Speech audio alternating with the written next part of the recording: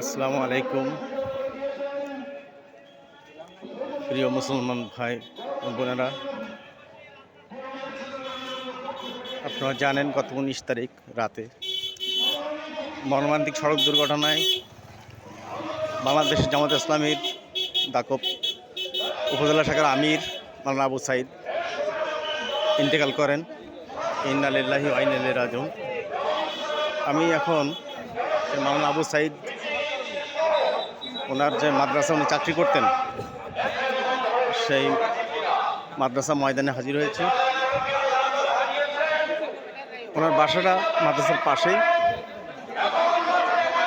উনি এখানে অনেক বছর ধরে চাকরি করেন।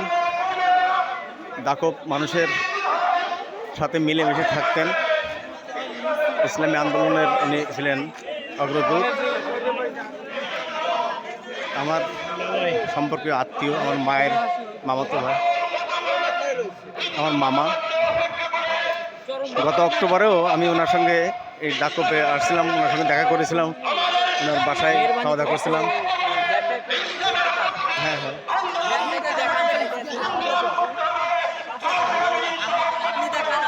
রেখে দাও, পারিনি বানি পরে নিয়ে যাবেন।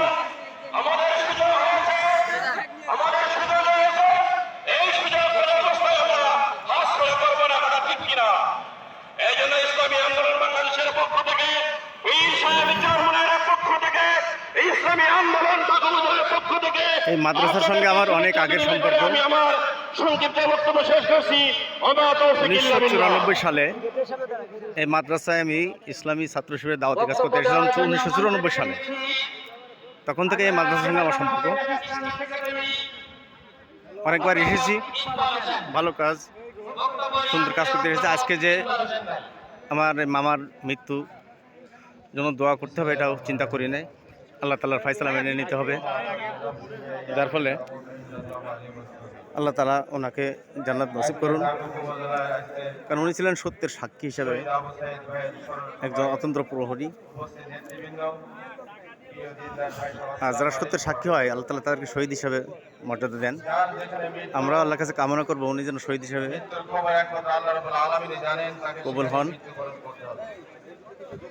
এর জন্য আপনারা দেখতে পাচ্ছেন যে এখানে মাদ্রাসা বেল্লালিয়া মোহাম্মদ আলী মোল্লা একাডেমি ভবন, বেল্লালিয়া মাদ্রাসার অনেক লোক। দেখার মতো পরিস্থিতি ছিল না। আজকের এই স্মরণ সবাই দাঁড়িয়ে বলতে চাই, আল্লাহ রাব্বুল আলামিন তার প্রিয় ফুলের বাগান থেকে সবচেয়ে প্রিয় ব্যক্তিকে দেখতে পাচ্ছেন।